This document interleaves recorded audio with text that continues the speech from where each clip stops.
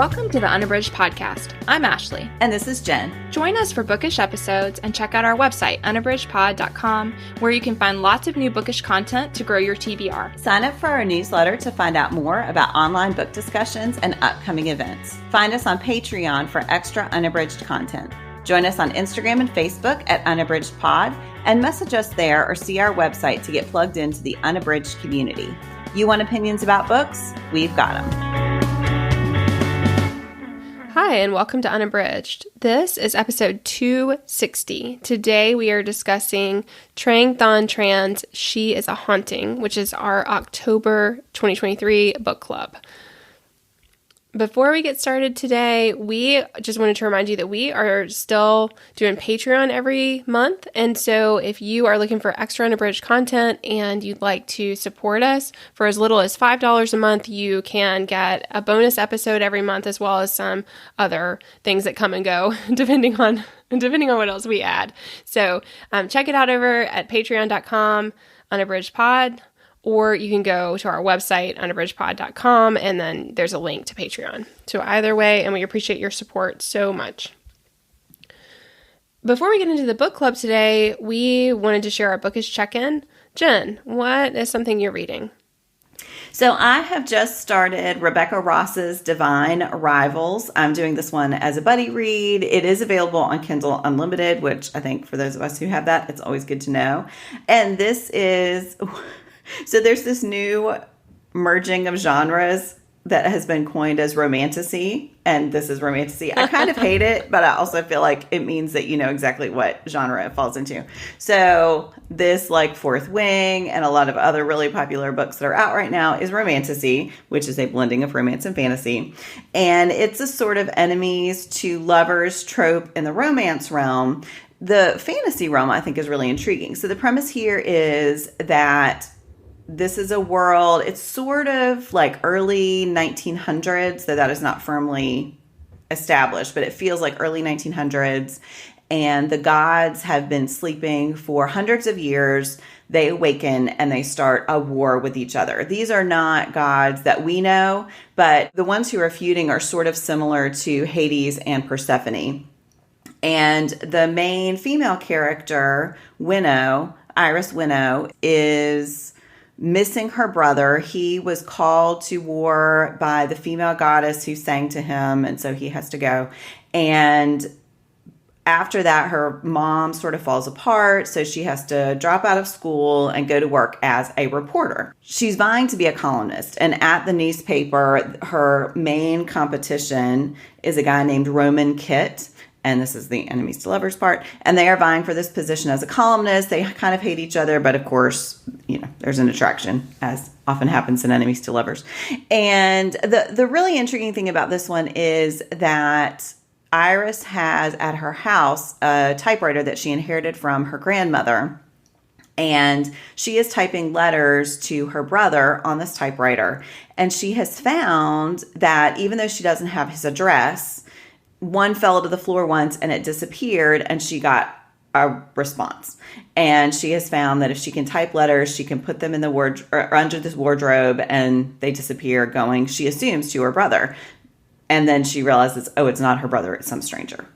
You can probably guess who they're going to. Anyway, so she's writing all these letters. She's vying to be a columnist. She's trying to keep her mom together in the midst of this war. She doesn't know where her brother is. And that's sort of the setup for it. So I'm still pretty early in the book, but it is compelling writing. It moves along. I like the way that Ross is building this backstory of the gods. And one of the things Iris is investigating is the actual story of the gods, because nobody really knows what happened. Everything is sort of told where Iris lives from Dacre, the male god's point of view. And she finds out that there's this backstory that is actually from the female god's point of view. So that's interesting. Yeah, so it's putting a lot of really neat pieces into place. So I'm anxious to see where that goes. I will say it's the first in a series, so I have a little bit of a sense of dread that it's going to end on a cliffhanger, and I probably have a long wait ahead of me until book 2 comes out. But I've been in that position before, so we will see what happens. Anyway, it's fun. That does sound fun. And I had no idea about that genre melding a new term. So there you go. Yeah, it does seem like there are a lot of fantasy books that, of course, that applies to. In fact, I was thinking, how many have I read that would not be romantasy? Not very many myself. So. Same. And I do think I've mainly heard it since Fourth Wing became the sensation that it became. So I think, I don't know if it was coined in response to that or if that is just making it much more prominent in publishing. But anyway, we don't ever have to say it again if we don't want to. But there it is. There it is. Yeah. That sounds great. All right, Ashley, what are you reading? So I'm listening to this one thanks to Libro FM, and this is Taylor Jenkins Reid's Carrie Soto is Back. I had been wanting to read that one since it appeared, since it first was published, and it's well known on the podcast that we are both TJR fans and read all of her stuff. I have varying degrees of how much I've loved the different books I've read of hers, but I'm never disappointed. I'm always compelled by the characters and what happens, and I'm always interested in how I think that she does a really good job. This one is set in the 80s, and she does a really good job of setting things historically, and so I like that also. I think that Reid as an author really builds the historical period well within her stories, and so I really like that. So this focuses on tennis, and Carrie Soto is a world champion essentially in tennis. So it starts when she is a kid and she's just learning to play.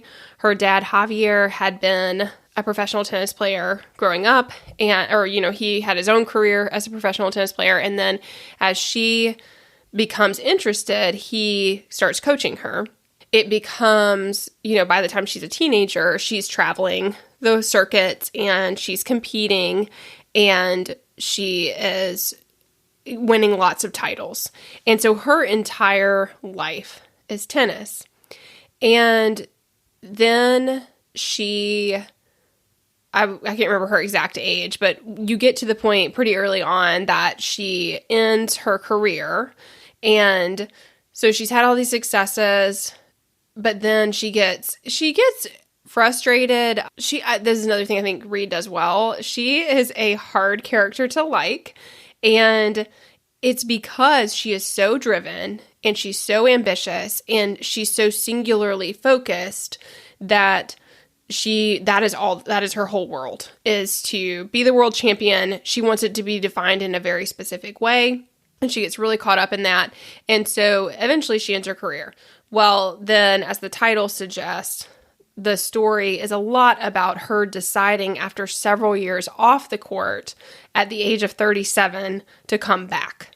And so a lot of the story is about her comeback and whether she's right to do it, whether her body can take it, navigating all of that. And so I'm really enjoying it. I have been very interested in seeing what happens. It's always hard with authors you love to not compare to other books. And so comparatively for me, so far, this is not my very favorite of TJR's books that I've read, but I do love Carrie. I especially love her relationship with Javier, her father.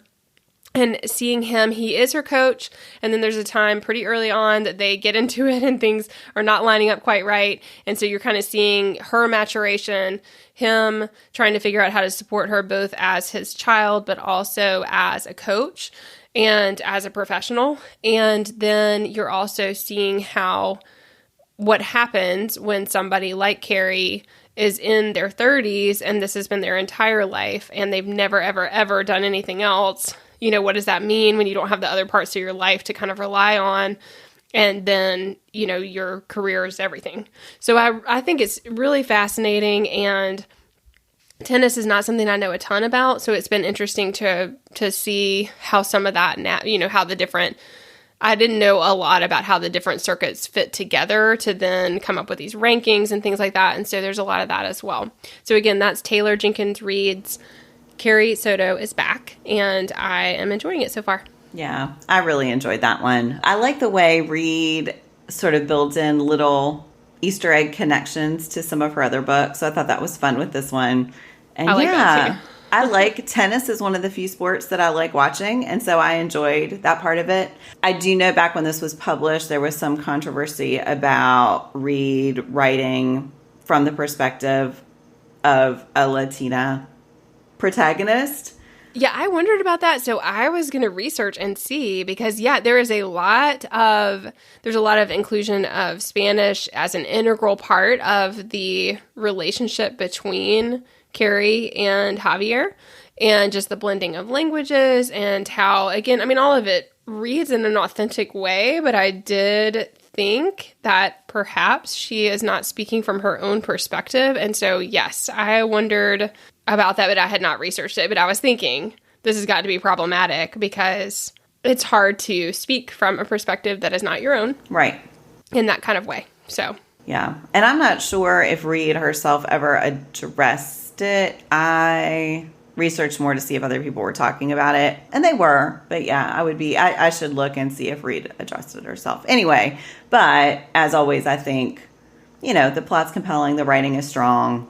Complex characters. I appreciate. So, yeah, absolutely. And that's what, I mean, for me, Evelyn Hugo is probably my gold standard and the one that I always compare to. And I think I see some similar traits here of extremely ambitious, very driven, very narrowly focused on whatever it takes to succeed. And I think we just don't see women characters very often that are doing that.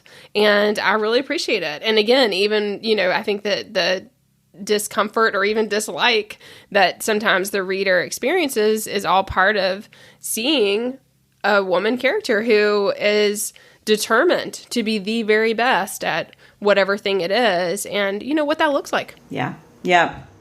I agree. The complexity of her characters is always admirable, even if there are questions, about who is writing which stories. So, yeah. Yes, right. Yeah. But I'm glad you mentioned that, Jen, because I do think that that's relevant with this particular text and that considering that as we read it.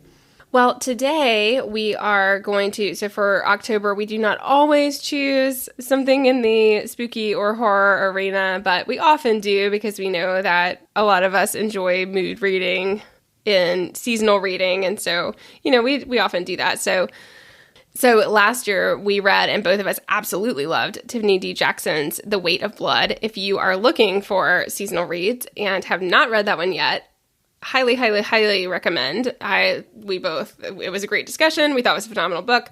And it is one I don't read in this genre very often. So I don't know if I would have read it because I don't gravitate toward the genre, but oh my gosh, you will not be disappointed. Today we're discussing Trang Than Tran's She's a Haunting. This is a debut. Before we dive into our discussion, I am going to share the synopsis from the publisher. When Jade Wen arrives in Vietnam for a visit with her estranged father, she has one goal: survive 5 weeks pretending to be a happy family in the French colonial house Ba is restoring. She's always lied to fit in, so if she's straight enough, Vietnamese enough, American enough, she can get out with the college money he promised. But the house has other plans. Night after night, Jade wakes up paralyzed. The walls exude a thrumming sound while bugs leave their legs and feelers in places they don't belong. She finds curious traces of her ancestors in the gardens they once tended. And at night, Jade can't ignore the ghost of the beautiful bride who leaves cryptic warnings. Don't eat. Neither Ba nor her sweet sister Lily believe that there's anything strange happening. With help from a delinquent girl, Jade will prove this house, the home they've always wanted, will not rest until it destroys them. Maybe this time she can keep her family together. As she roots out the house's rot, she must also face the truth of who she is and who she must become to save them all. Jen, what was your overall impression? I would say I have some mixed feelings about this one. I loved the ideas that Tran is confronting here. So there's a discussion of colonialism. There is a discussion of Jade's feelings of not belonging when she goes to Vietnam, since she has been raised in America and her dad is dealing with some of the same feelings. There is a great discussion of, so Jade is bisexual, but she has not revealed that truth to anyone. She is closeted because when she was young, she had an experience with her father that made her feel as if she did not have that option. There are so many really fascinating threads to examine in this book. And I was using book darts on this one, and when I was looking back through to prepare for our discussion, there were a million quotations that I was like, oh my goodness, yeah, this is another really interesting point. This is an interesting point. So I loved all of that. I didn't feel like everything held together as much as I wanted. The haunting itself and the horror part itself those were not the most successful parts of the book for me. So there's much to appreciate. There's much to dig into. There's much to discuss. I think it's going to be great for us here in this episode. I would look forward to seeing what Tran writes next, because I think there's a lot of potential here, even though this one didn't completely work for me. How about you? Yeah, I felt a lot of, I don't want to just repeat what you said, but I do feel like that is exactly how I felt, that there's so many complex issues that I thought were really well explored in very interesting ways. But there were just some practical things in the main plot line as far as the haunting of the house that did not work for me. And so absolutely, I enjoyed reading it. I was interested in where it was going to go. I definitely thought it left me with some things to consider that are really worth digging into and are really important, as far as colonialism, as far as who tells stories and why, as far as how we can try to honor the true history that has been both literally and metaphorically buried over time. What does that look like? I thought all of that was just really interesting to consider. Also, that sense of belonging, the feeling that, like Jen said, not only did Jade feel out of place, but she realizes that her father feels out of place. And it's because he was sent by his family to America. He was the one who was sent. Because of that, his siblings want nothing to do with him. There's all this resentment. And he's like, I didn't ask to go. I didn't make that choice. That choice was made for me. And yet, because of that, he also carries this burden. And a lot of the choices he makes in the book have to do with the baggage that he carries, a lot of which is about cultural belonging and what that looks like, and guilt and shame, and how all those things can fit together to impact a person. So I thought all of that was really interesting. I also thought all the exploration of sexuality and how do we define ourselves? Do we have to define ourselves? Why, how do we explain? Do we have to explain? What are the costs of not explaining to people that you love? So I thought all of that was really interesting as well.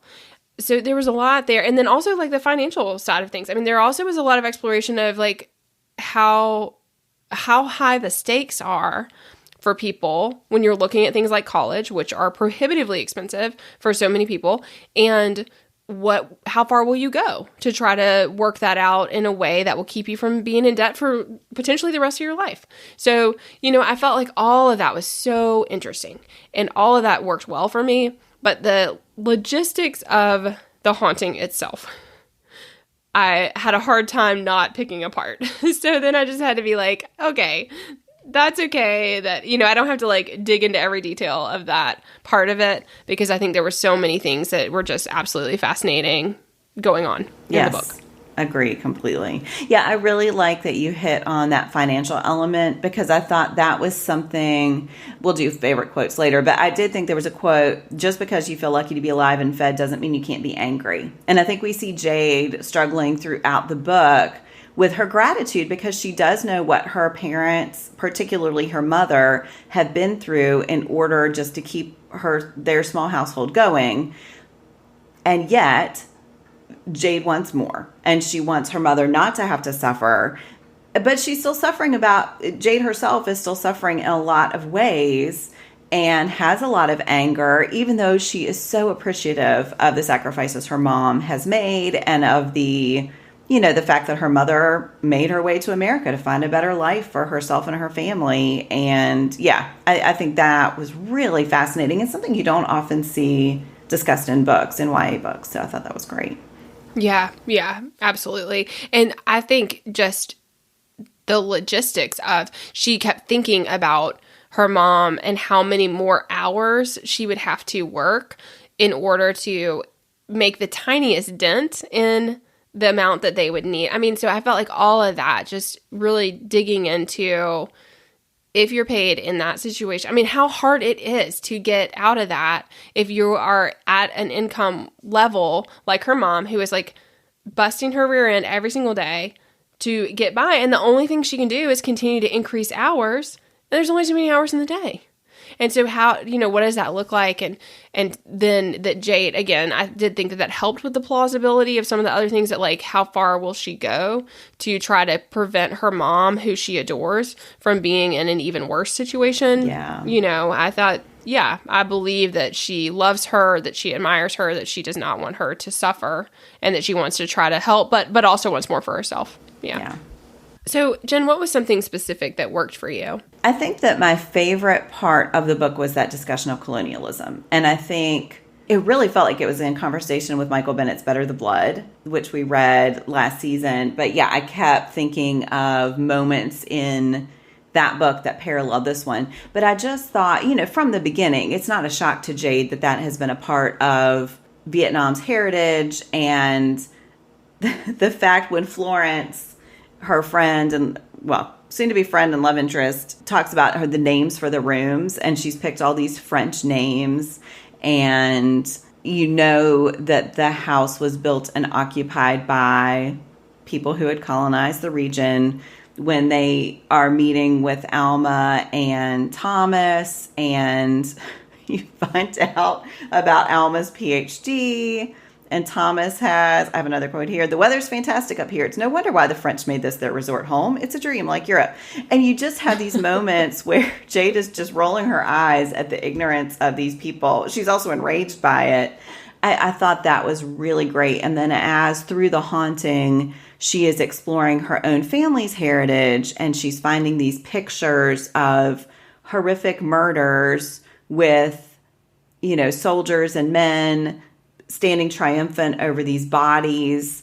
And that is one of the things that she's really interested in confronting as she's building this website for the house. I just thought all of that was really successful. I thought it asked great questions about why that continues to be celebrated and why that is something glamorous that people might be drawn to, and how standing on that ground is just continuing to perpetuate this view of a country that has its own rich history outside of what the colonizers brought to it. I think that was probably my favorite thread running through the novel, my favorite part of it. Yeah. I thought that stood out the most also. And I'm glad you said that about Better the Blood, because absolutely, I thought that, that's a great pairing. That's another one that Jen and I both thought was phenomenal. If you have not read that one, then Michael Bennett's Better the Blood, which we talked about in June. Yeah. That is another great read that would be a good mood read if you're looking for seasonal reads, but for sure about it's just exploration of the impact of history, the impact of colonization. And I thought, especially the pictures, there's some very specific parallels there to looking at atrocities that have happened and what to do about those. Mm-hmm. Yeah. What was one thing that really worked for you, Ashley? Yeah, I agree with you, Jen, that I think if I were to look at the whole book, I would say that the exploration of colonialism within Vietnam is the thing that I think is most notable, stood out to me the most. But the other area that I thought was really, really well done, I touched on a little bit earlier, which is about identity. Mm-hmm. And I think that Tran explores Jade's identity in a really meaningful way that is complicated and does not suggest easy answers.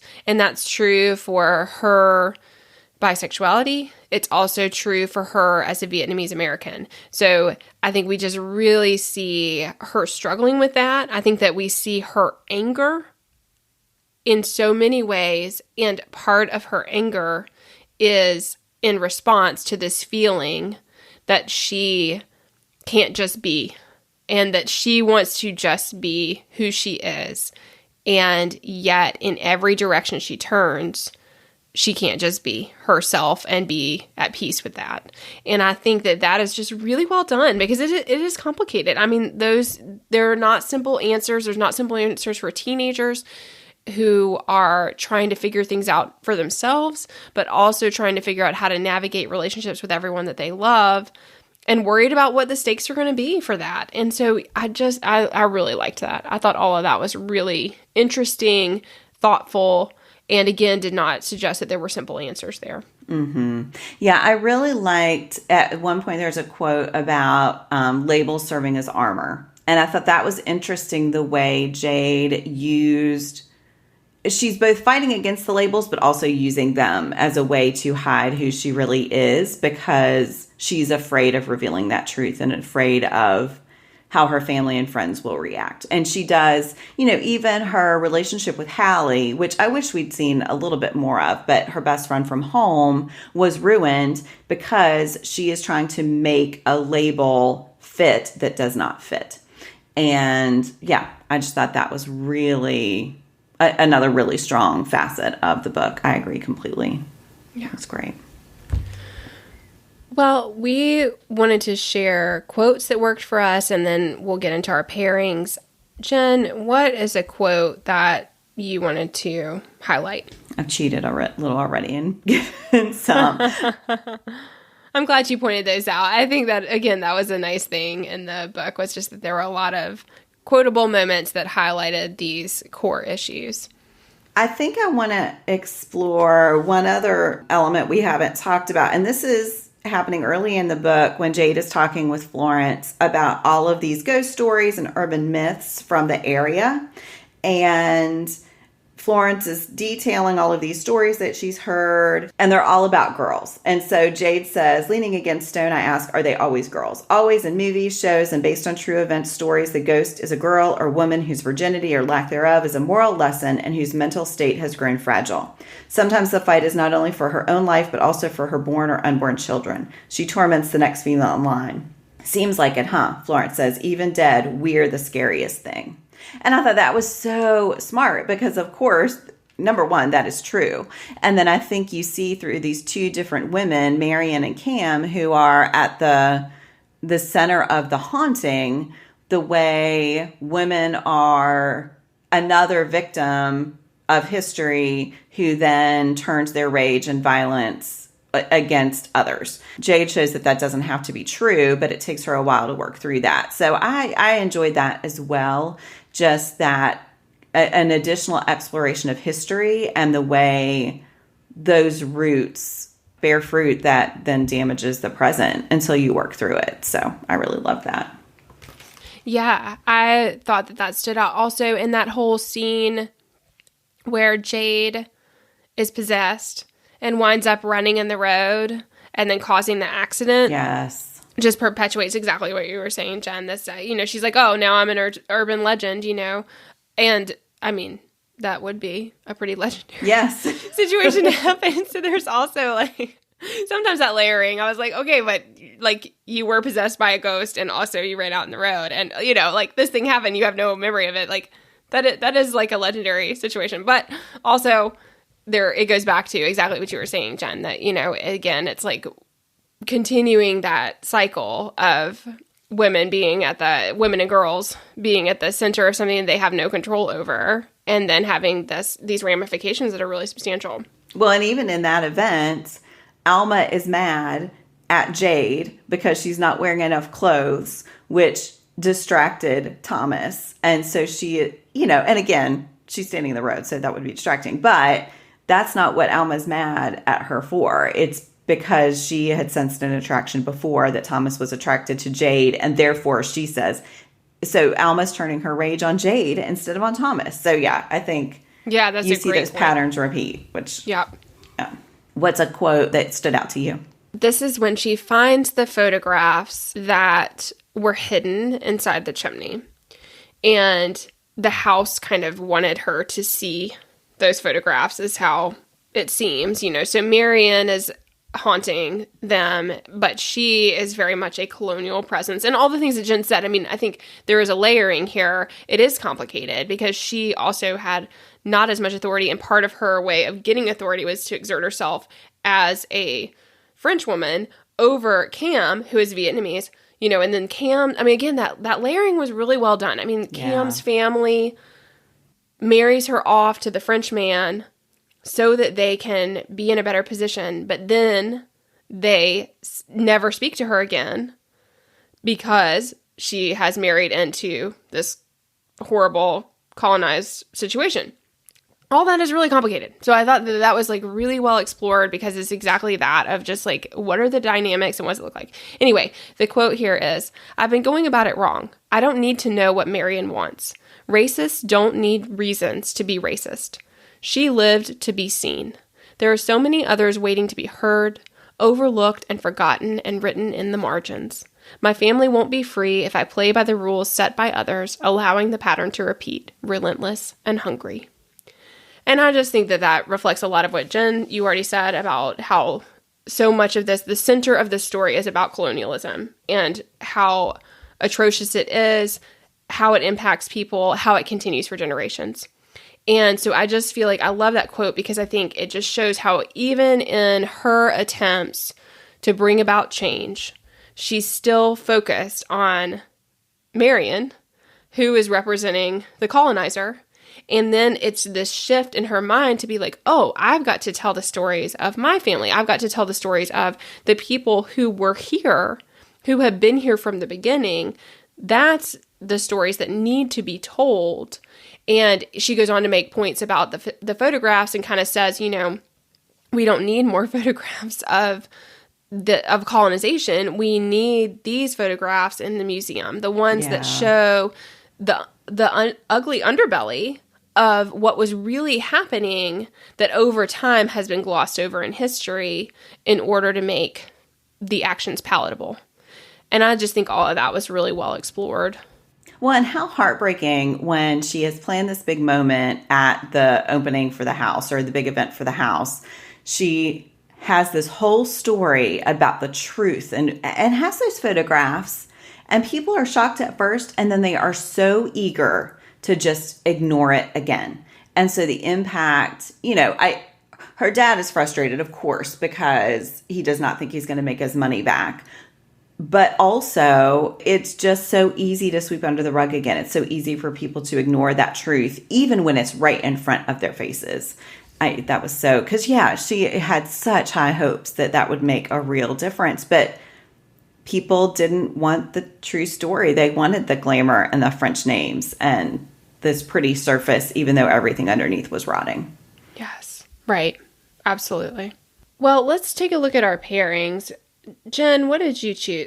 There were a lot of books that came to mind. I was glad that you mentioned Better the Blood, but what did you choose for your pairing? I was really torn here. I want to mention Mexican Gothic because I think that would be a strong pairing. That is written for adults, but it has a lot of similar examination of colonialism and also just the body horror part of it. I thought was very similar. So if you were okay with that in this, I think it's stronger in Mexican Gothic, but I think it worked really well in Mexican Gothic to support some of the themes that that one's by Sylvia Moreno Garcia, is exploring. But my official pairing is Ryan LaSala's The Honeys. This is one we chose for a buddy read last season. And again, if you haven't been following us for long, if you don't know, we do buddy reads every month. We always choose a YA novel. And Ryan LaSala's The Honeys, I thought, is a similar horror novel in that it is using horror as a way to explore deeper social issues. So The Honeys is about twins, Mars and Caroline, who have been going to this camp for a very long time until Mars has an event that means he is no longer going to attend. So Mars is gender fluid. And the camp is very strongly, it's divided in a binary way between girls and boys. And Mars does not fit in and becomes the subject of bullying, and so no longer returns. But Mars's twin, Caroline, returns. Weird things start, this is all at the beginning of the book. Weird things start happening. Caroline comes home and basically through this horrible event is killed. And Mars is grieving, of course, and wants to know what is at the center of what happened with Caroline. And so he determines that he is going to return to this camp and find out the truth. And what he finds, I don't want to give any spoilers, but what he finds is really centered at decades of wealth, generations of wealth, and power and this dependence on the power of girls in particular, which Mars complicates in really interesting ways. So yeah, I absolutely loved The Honeys. I thought it was brilliant. It is strange in the best way. Like, I found it to be disorienting in the best way because it was making me question things. I will say in the buddy read, everyone did not love it quite as much as I did. I loved it unreservedly. We had a great conversation about what worked and what didn't for people. But yeah, I just thought it was beautifully written and also really, really thought-provoking. So that is Ryan LaSala's The Honeys. Yeah, I did feel like that one was pretty polarizing in the buddy read, but I agree with your assessment there. I did not love it quite as much as you did, Jen, but I do think that for sure that exploration of identity and how it all fits together was just absolutely fascinating. And then there are some other things that are both strange and really thought-provoking that go on in that book. Mm-hmm. And again, the body horror. There's body horror. Oh, yes. And I would say intensified over this one, for sure. I agree. So again, if you found this one tough to take, if you're a sensitive reader, it may not be for you because there are some truly horrifying moments, but I found it to be really fascinating. So some of those are coming to my mind right now. Thank you for that. But yeah, they're so vivid. Like, I can picture those scenes. They get stuck in your brain a little bit, for better or worse. So, Ashley, how about you? What is your pairing that you'd recommend? Oh my gosh. Well, I'm kind of torn, but I think I'm going to go with this one. This is one I read a long time ago and multiple times. I really, really loved. And I think, like I said, there are a lot that you could pair, but I'm going to go with this. This is Clive Barker's The Thief of Always. And this one is for young readers. Like, I think it's probably, I think it could even be middle grade. It is about Mr. Hood's holiday house. And the main character is Harvey Swick, and he is bored. And he is constantly like, what am I going to do? I'm bored all the time. So he's kind of wishing time away because he feels like there's nothing to do. And so he wants to have interesting things to do.